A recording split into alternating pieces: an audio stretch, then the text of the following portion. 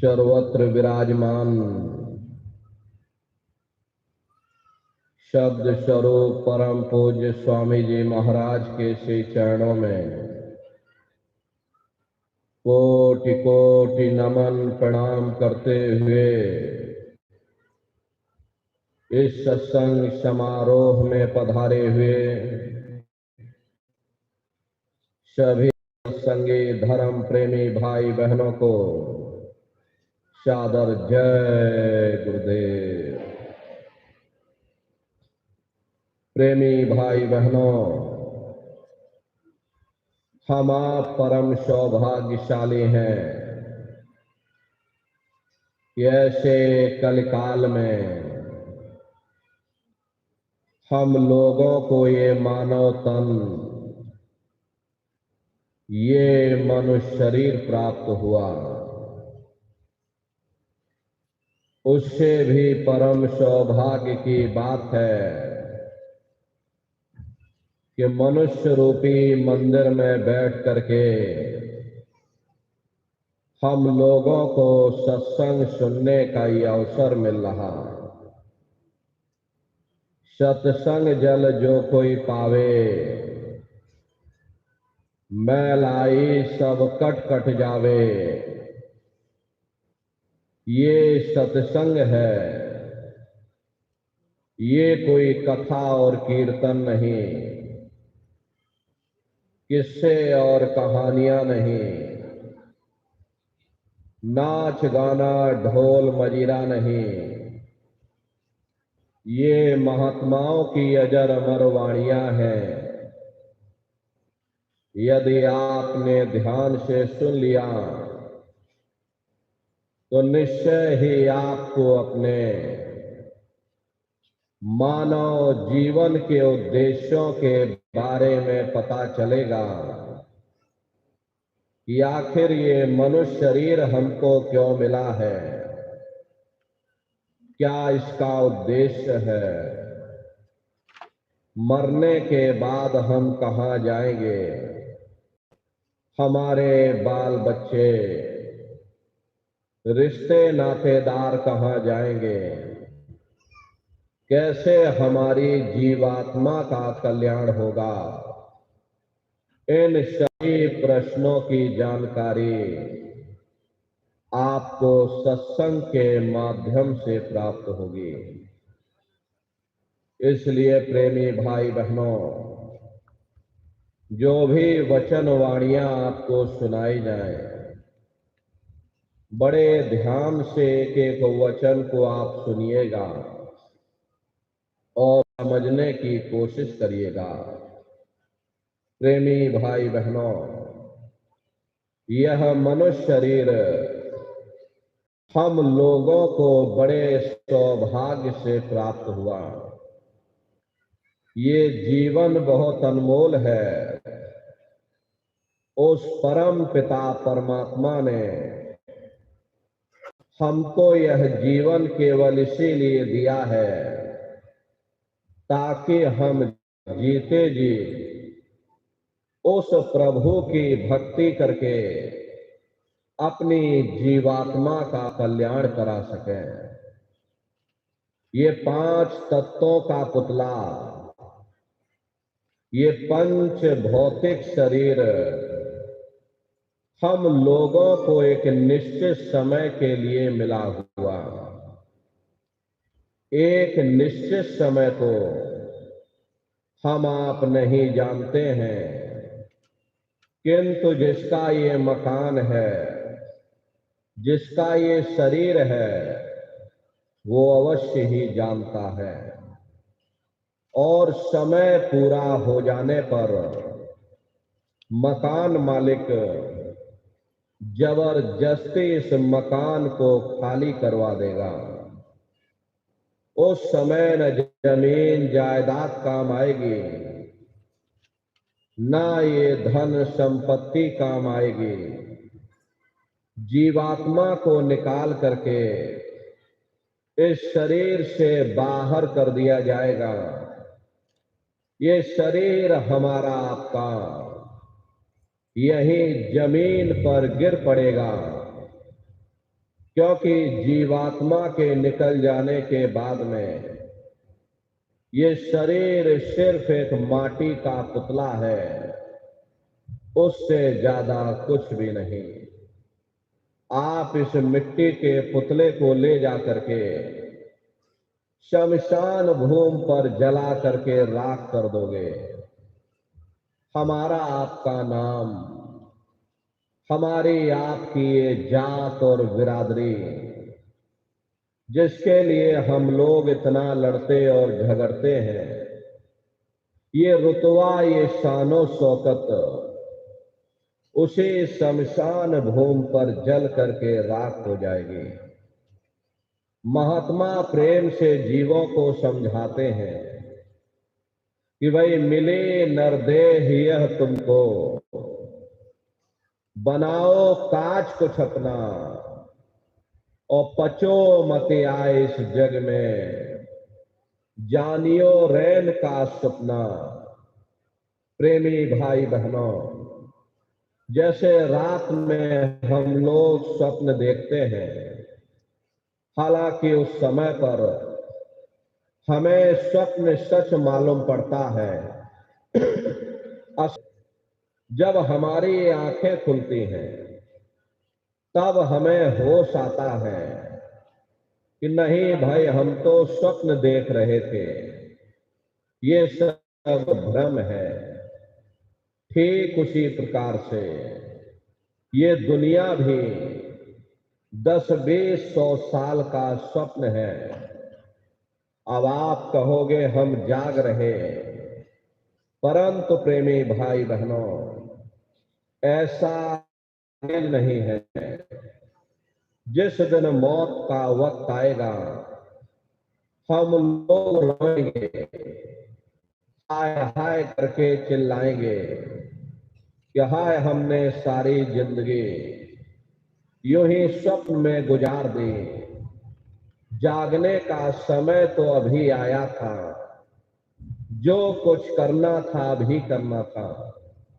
लेकिन प्रेमी भाई बहनों, अब पछताए होत क्या, जब चिड़िया चुग गई खेत। महात्मा प्रेम से जीवों को समझाते हैं कि भाई देह और ग्रेह सब झूठा, भरम में काहे तो खपना।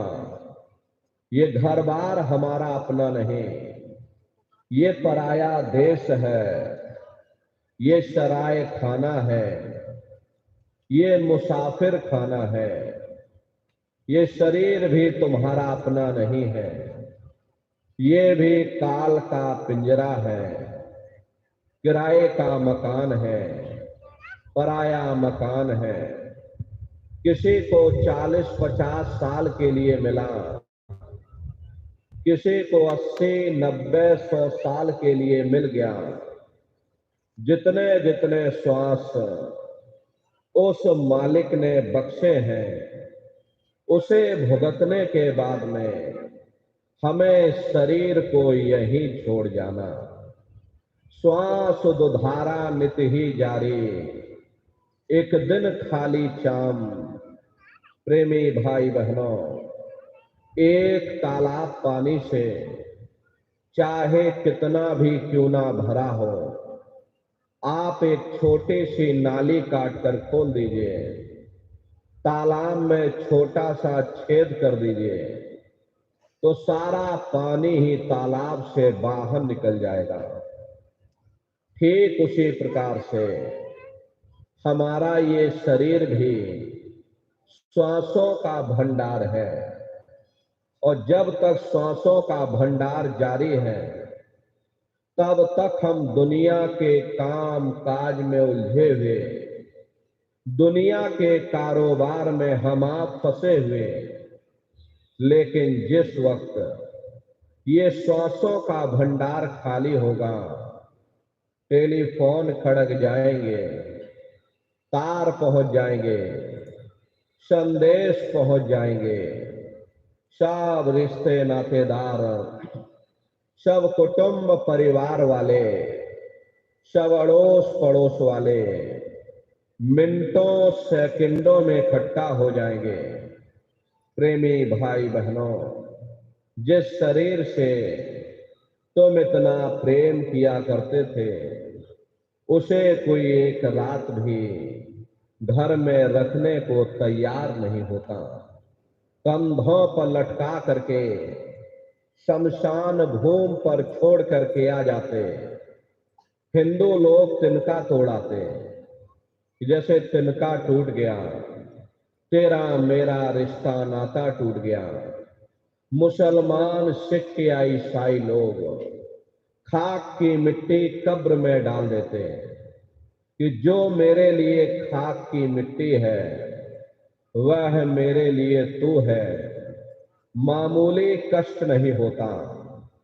मौत के समय में घनघोर पीड़ा होती है। जनमत मरत दुसह दुख होई। सहजोबाई ने बयान किया है कि सहजो मौत आईया, अंग अंग दिया तोड़, और हिया जरे छाती फटे, उठे पीर घनघोर। गुरु महाराज सत्संग में फरमाते थे कि जैसे 1,00,000 बिच्छू एक साथ मिल करके हमारे शरीर पर डंक मारे, उससे भी लाखों करोड़ों गुना ज्यादा मौत के समय में दर्द होता है। जब मृत्यु आती है तो किस तरह से प्राण निकलते हैं, प्राणों के निकलने की क्या प्रक्रिया होती है, इस तरह से समझ लीजिए। उस समय हमारे श्वासें रुक जाती हैं, शरीर की चेतना पीछे सिमटने लगती है, तो सब आवास होता है। गुदा चक्र टूट करके ऊपर इंद्रिय चक्र में समा जाता। इंद्रिय चक्र में जल का वास होता, यानी जल ने पृथ्वी को घोल दिया। फिर जब इंद्रिय चक्र टूटेगा तो ऊपर नाभि चक्र में समा जाएगा। नाभि चक्र में अग्नि का वास होता, यानी अग्नि ने फिर जल को सुखा दिया। ये नीचे से सिमटाव होता है, नीचे से ऊपर की ओर होता। फिर नाभि चक्र टूटेगा, हृदय चक्र में समा जाएगा।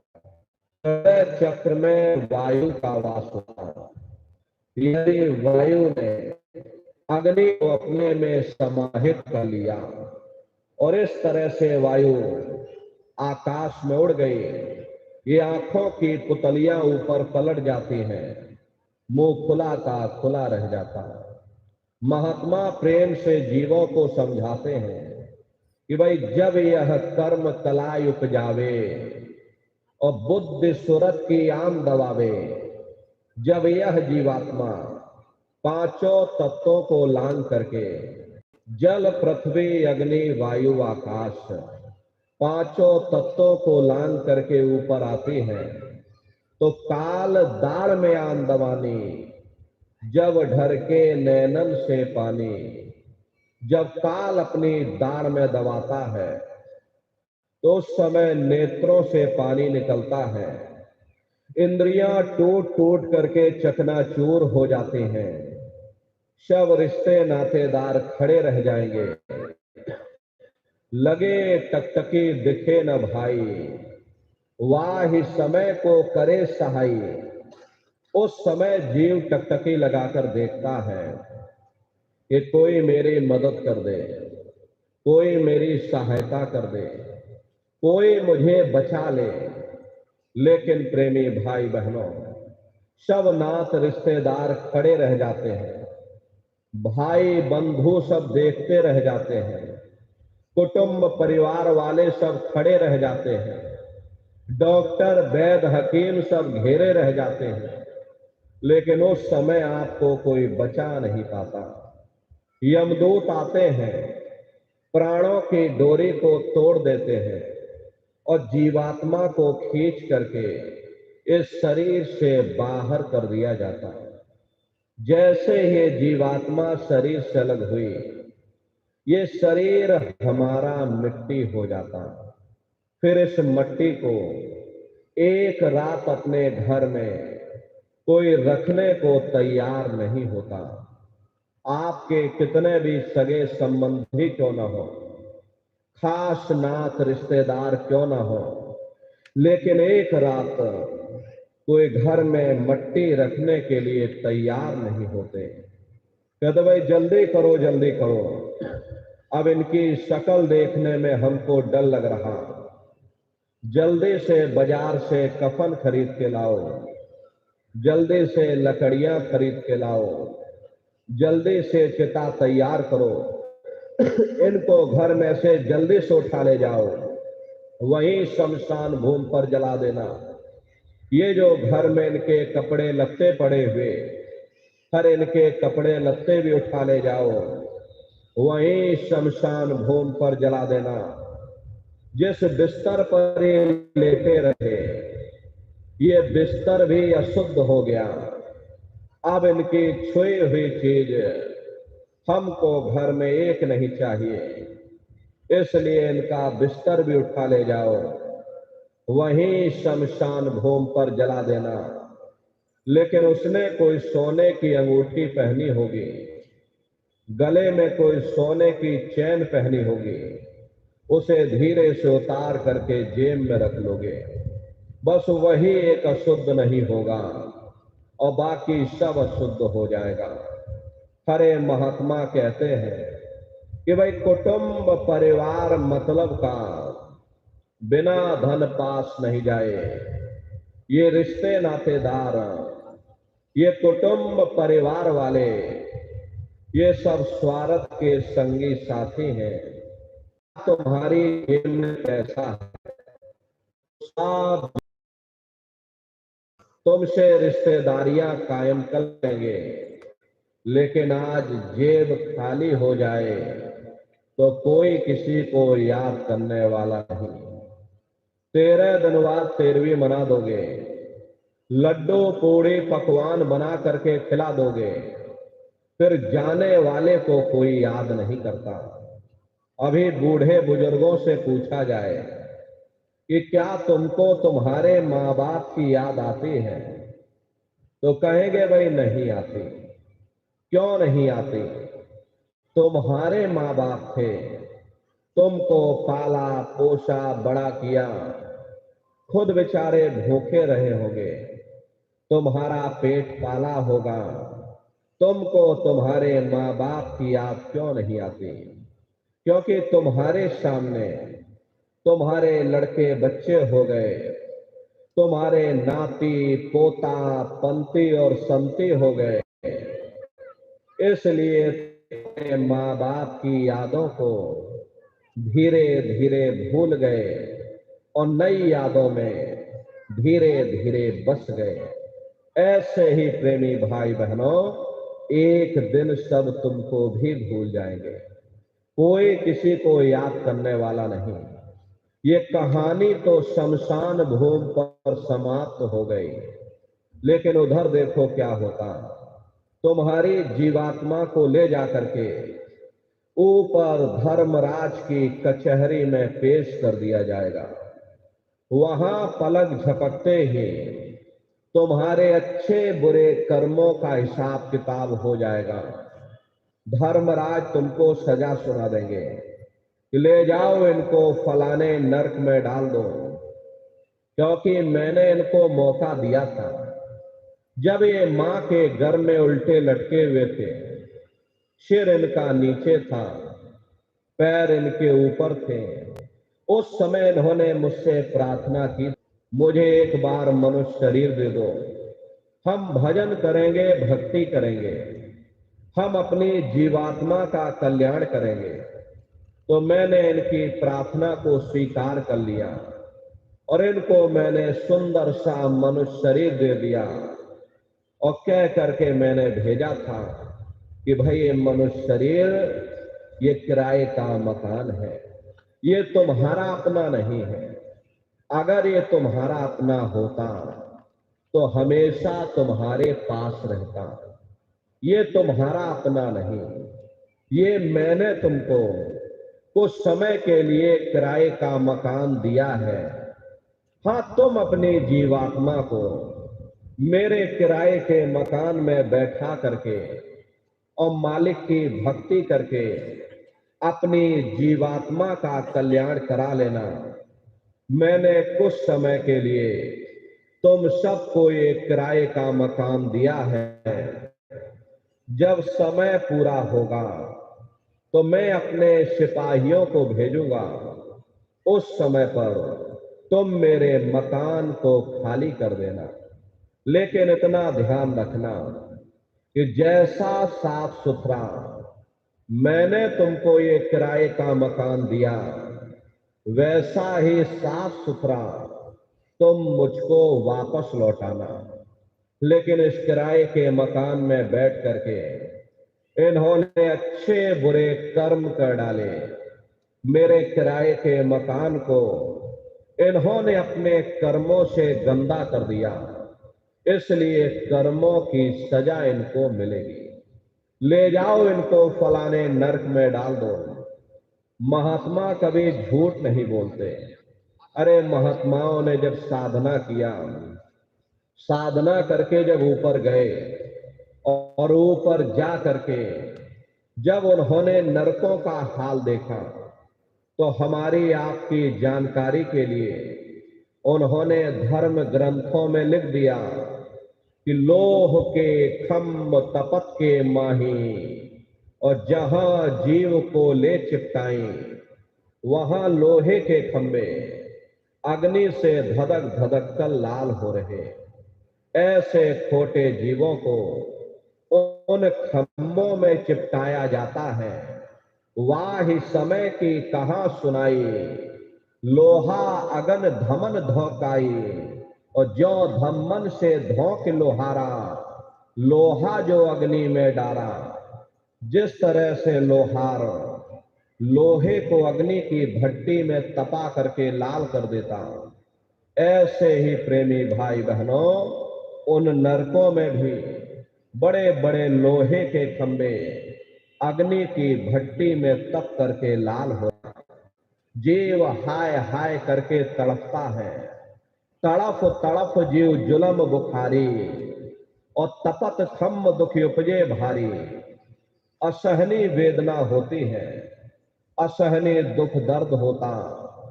जीव वहां रोता और चिल्लाता रहता।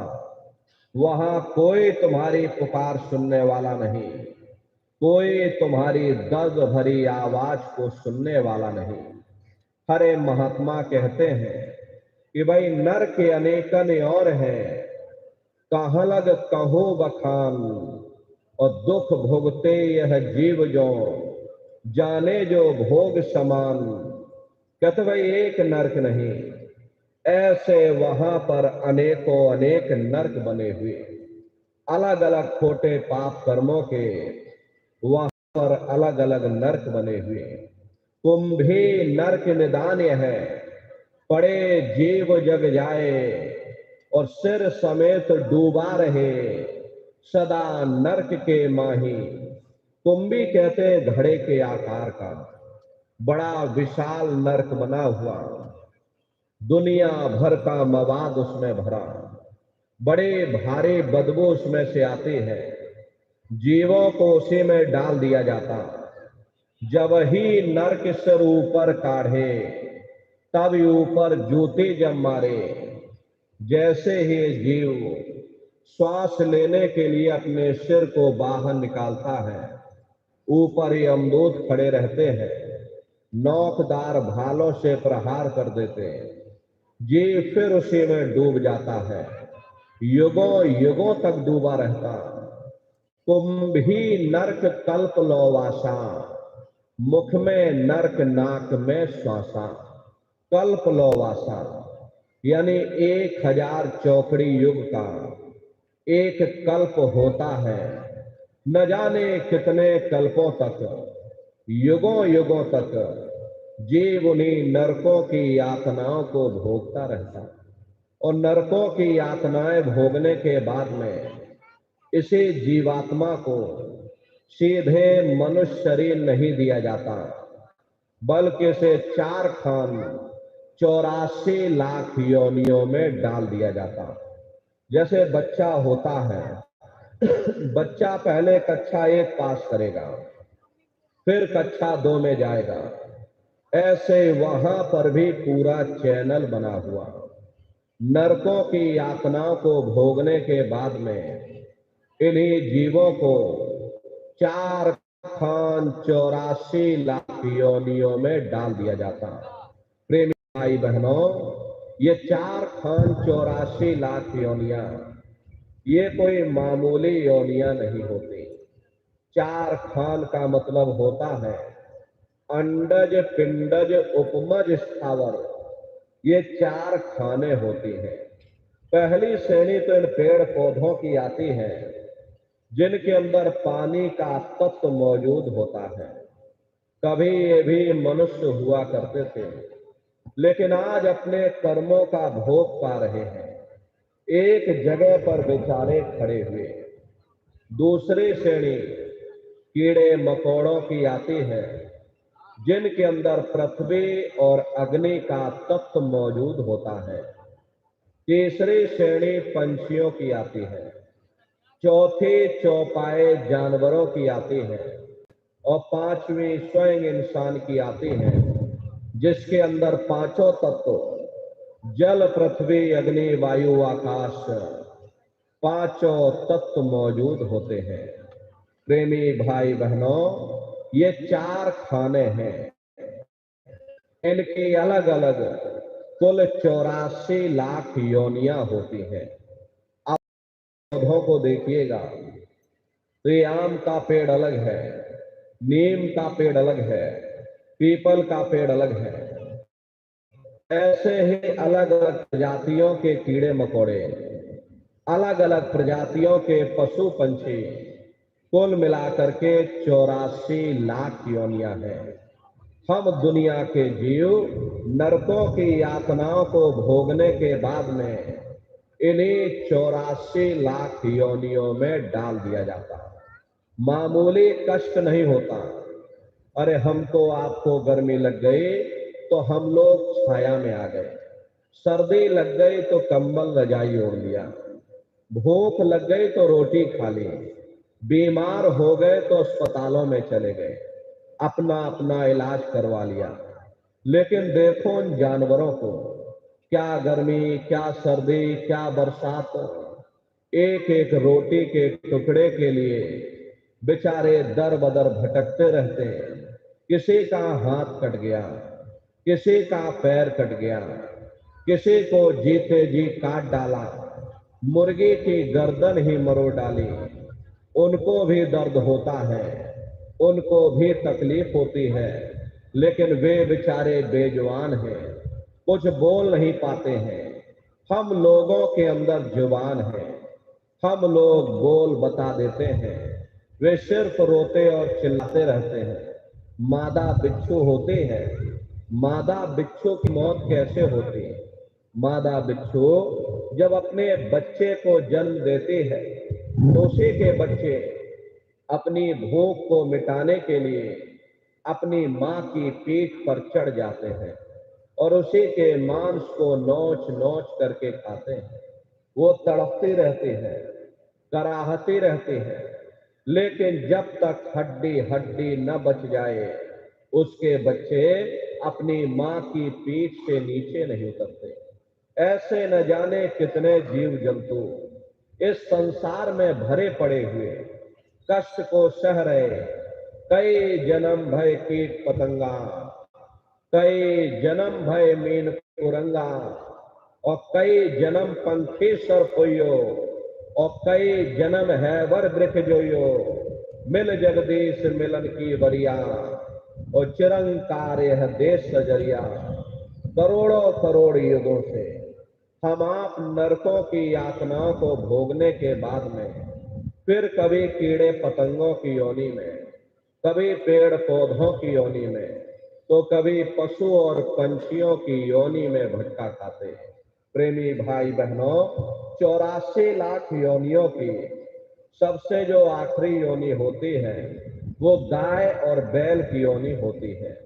गाय स्त्री का रूप लेती है और बैल पुरुष का रूप लेते हैं। ये 84 लाख योनियों की सबसे आखिरी योनि यानी कि अंतिम पायदान होता है।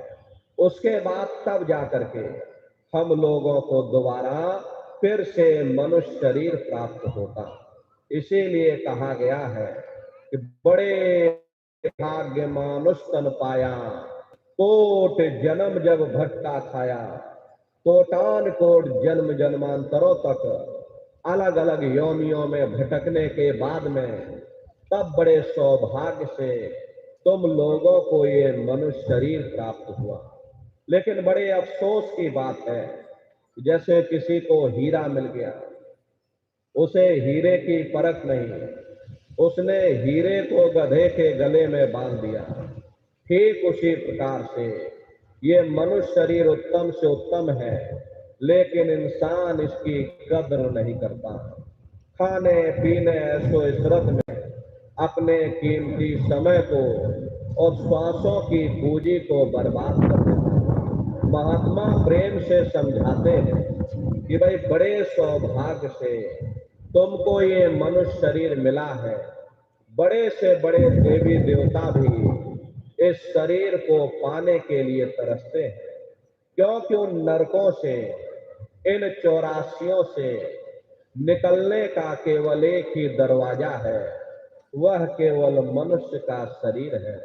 इसे मनुष्य रूपी मंदिर में बैठ करके तुम परमात्मा की भक्ति कर सकते हो। इसीलिए संतों महात्माओं ने इस पंच भौतिक शरीर को सच्चा हरि मंदिर कहकर याद किया कि हरि मंदिर यह शरीर है और ज्ञान रतन प्रकट होए, ये असली हरि मंदिर है। जब भी वो परमात्मा मिलेगा, इसे हरि मंदिर के अंदर मिलेगा। इसी पंच भौतिक शरीर को गुरु नानक साहब ने नर नारायणी देह कहकर याद किया। ये वो देह है जिसमें नारायण स्वयं विराजमान है। वो नारायण जब भी मिलेंगे तुम्हें तुम्हारे अंदर मिलेंगे। यही कबीर साहब ने लिखा है कि जो तिल माही तेल है, जो चकमक में आग, तेरा साईं तुझ में और जाग सके तो जाग। जिस तरह से तिल में तेल होता है, पत्थर में अग्नि होती है, ठीक उसी तरह से वो मालिक हर एक के घट घट में, हर एक के वजूद के अंदर बैठा हुआ। यही आपकी धर्म पुस्तकों में भी लिखा है कि अरे मोको का ढूंढे रे बंदे, मैं तो तेरे पास में, और ना तीरथ में ना मूरत में, मैं तो हो विश्वास में। ना मैं तीरथ में मिलूंगा, ना मैं मूरत में मिलूंगा, ना मैं अन्य किसी कर्म कांड में मिलूंगा, ना मैं ग्रंथों में मिलूंगा, ना मैं पोथियों में मिलूंगा, ना मैं किताबों में मिलूंगा। चाहे सारी उम्र बैठ करके तुम किताबें पढ़ते रहो, अरे मैं जब भी मिलूंगा तो मैं तुम्हारे अंदर मिलूंगा। प्रेमी भाई बहनों, बड़ी सीधी सी बात है कि अगर खाना बनाने की किताब सारी उम्र बैठ करके आप पढ़ते ही रहोगे कि खाना ऐसे बनता है और खाना वैसे बनता है, खाने में नमक डाला जाता है और खाने में तेल डाला जाता है, तो कभी तुम्हारा पेट नहीं भर सकता। जब तक आप खाना बनाओगे नहीं, उसे स्वयं खाओगे नहीं, कभी तुम्हारा पेट नहीं भर सकता। हम वेदों की निंदा नहीं करते, हम ग्रंथों की निंदा नहीं करते, हम गीता कुरान और बाइबल की निंदा नहीं करते। वेद शास्त्र गीता कुरान बाइबल कहती है कि भाई मनुष्य के अंदर अंड खंड ब्रह्मांड है, स्वयं वो परमात्मा इसके अंदर बैठा हुआ। चलो अंदर चलो, अंदर चल करके उस परमात्मा का दर्शन दीदार करो। अब सवाल ये उठता है, भाई आखिर हम अपने अंदर जा करके उस परमात्मा का दर्शन कैसे करेंगे? तो इसके लिए संतों महात्माओं ने केवल 3 साधन बताए हैं। साधन तीन सारुण वर्णे, और साधन सब थोथे मान। इस कलयुग में उस मालिक को प्राप्त करने के लिए महात्माओं ने केवल तीन साधना बताई। पहला है सुमरन, दूसरा है ध्यान, और तीसरा है भजन। सुमरन कहते हैं मालिक को याद करना, ध्यान कहते हैं अपनी दिव्य दृष्टि को खोलना, और भजन कहते हैं कान में उंगली डाल करके उस शब्द को सुनना, उस नाम को सुनना, उस देववाणी आकाशवाणी को सुनना जो 24 घंटे तुम्हारे अंदर गूंज रही। प्रेमी भाई बहनों, ये सुरत शब्द नाम योग की साधना है। संतों का जो इतिहास रहा, संतों के इतिहास में सबसे पहले कबीर साहब आए, जिन्होंने सुरत शब्द नाम योग की साधना जारी की। उसके बाद गुरु नानक साहब आए। गुरु नानक साहब ने भी सुरत शब्द नाम योग की साधना जारी की। उसके बाद और भी महात्मा आए, कबीर, नानक, दादू दरिया, भीखा, रविदास, पलटू, जगजीवन। चित्रकूट में आप चले जाइए, गोस्वामी जी महाराज, जिन्होंने रामचरित्र मानस बनाई, उन्होंने भी सुरत शब्द नाम योग की साधना जारी की। राजस्थान की धरती पर मीराबाई हुई, सहजोबाई हुई, उन्होंने भी उस मालिक को पाया, सुरत शब्द नाम योग की साधना करके पाया। प्रेमी भाई बहनों, ये सुरत शब्द नाम योग की साधना है। इस साधना की तीन क्रियाएं हैं, सुमरन, ध्यान और भजन। तो कैसे आप लोग सुमरन करोगे, कैसे ध्यान और भजन करोगे, जरा अच्छी तरह बैठ करके समझिएगा और फिर घर पर जा करके करिएगा। तो सबसे पहले सुमरन कैसे किया जाएगा? सुमरन और गुरु साक्षात पर ब्रह्मा तस्मै श्री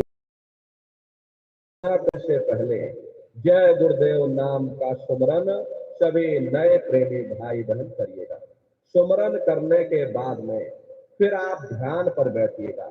दूसरा है ध्यान, और ध्यान कहते हैं अपनी दिव्य दृष्टि को खोलना।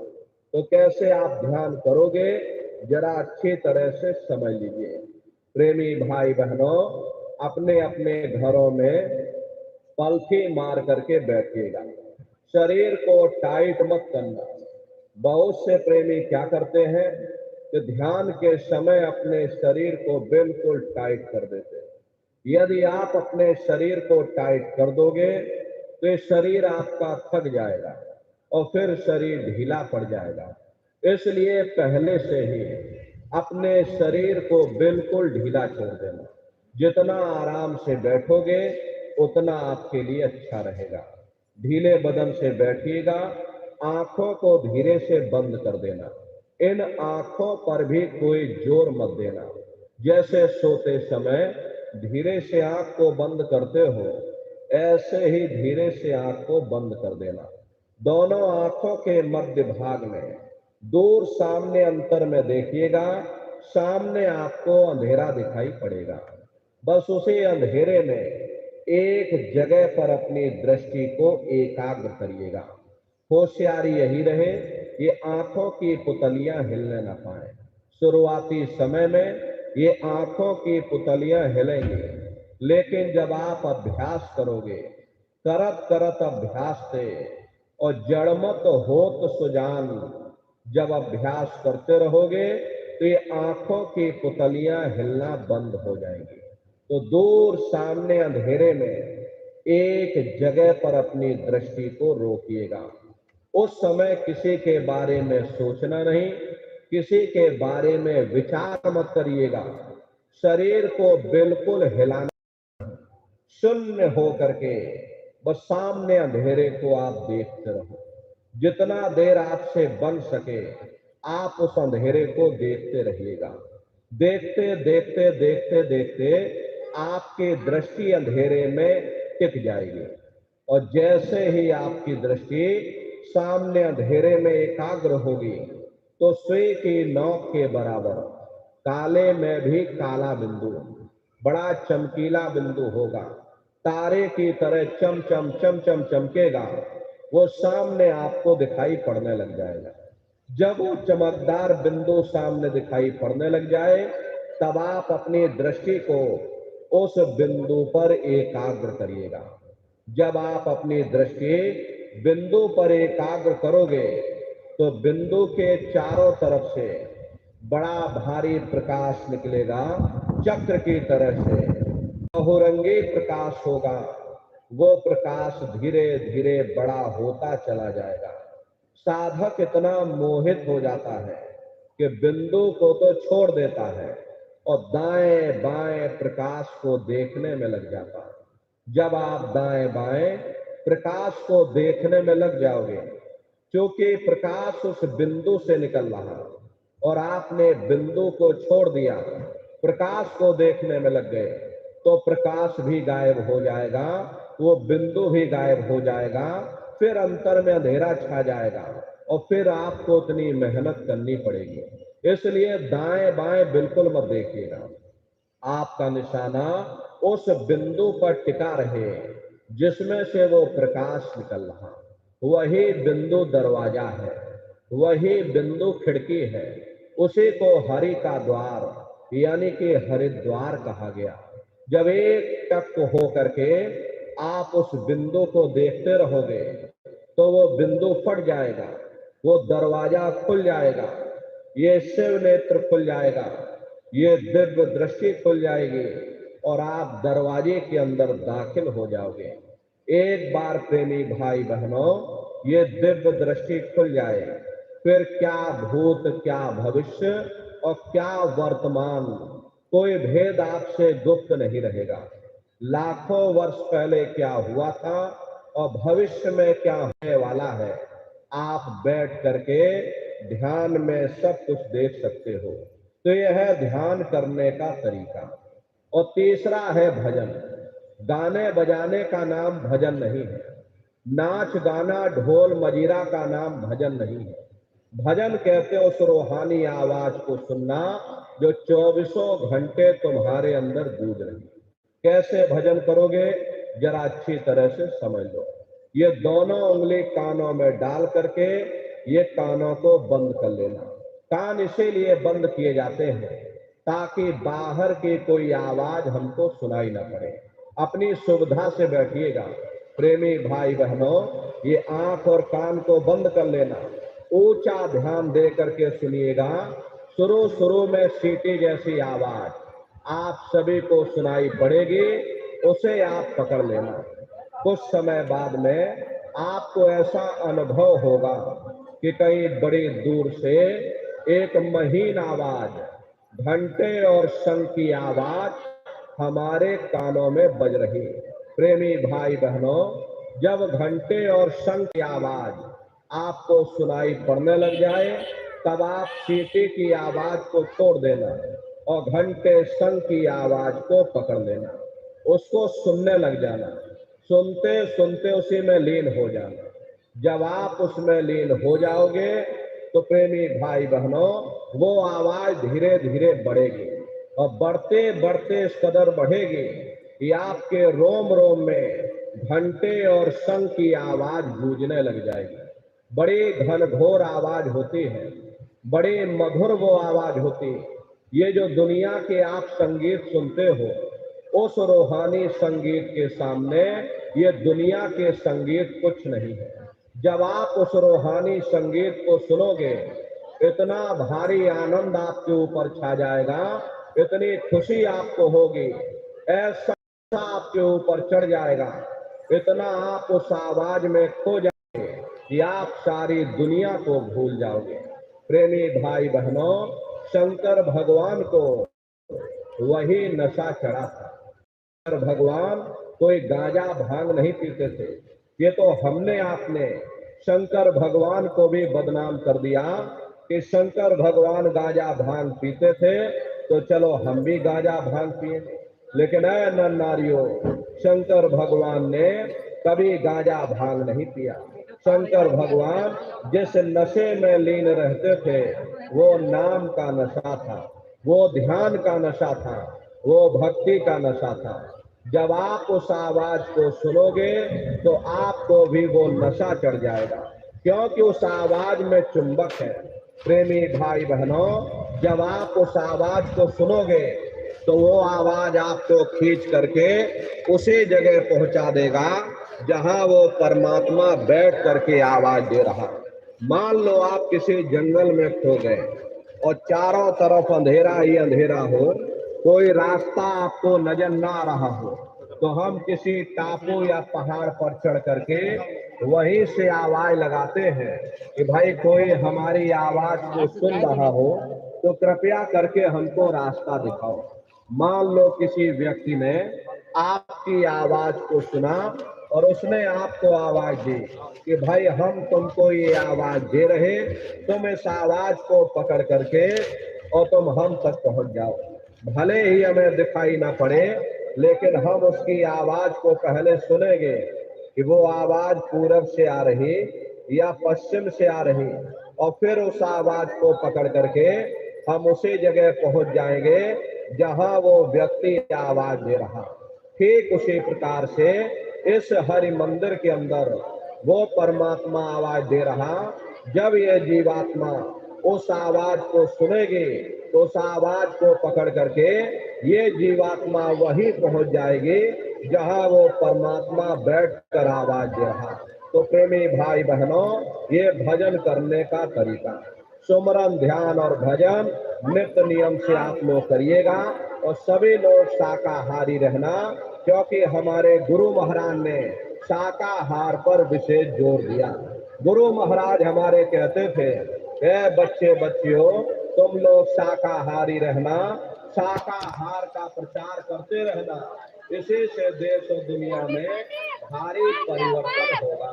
प्रेमी भाई बहनों, परिवर्तन कोई कानून बनाने से नहीं होता, कोई कानून करने से नहीं होता। परिवर्तन होता है जब लोगों के विचार बनते हैं, लोगों की भावना और विचार जब बदलेंगे, जब लोगों का जैसी कहावत है, जैसा साधन और वैसा भोजन। जब इंसान पशुओं की भोजन करेगा, उसकी उसकी सदा ही पशुओं जैसी हो जाएगी। सोच विचार उसका चिंतन सदा ही पशुओं जैसा हो जाएगा। फिर जिस शराब के नशे में माँ बहन बेटी की पहचान खत्म हो जाए, उस शराब को पी करके यह कैसे पता चलेगा कि क्या अच्छा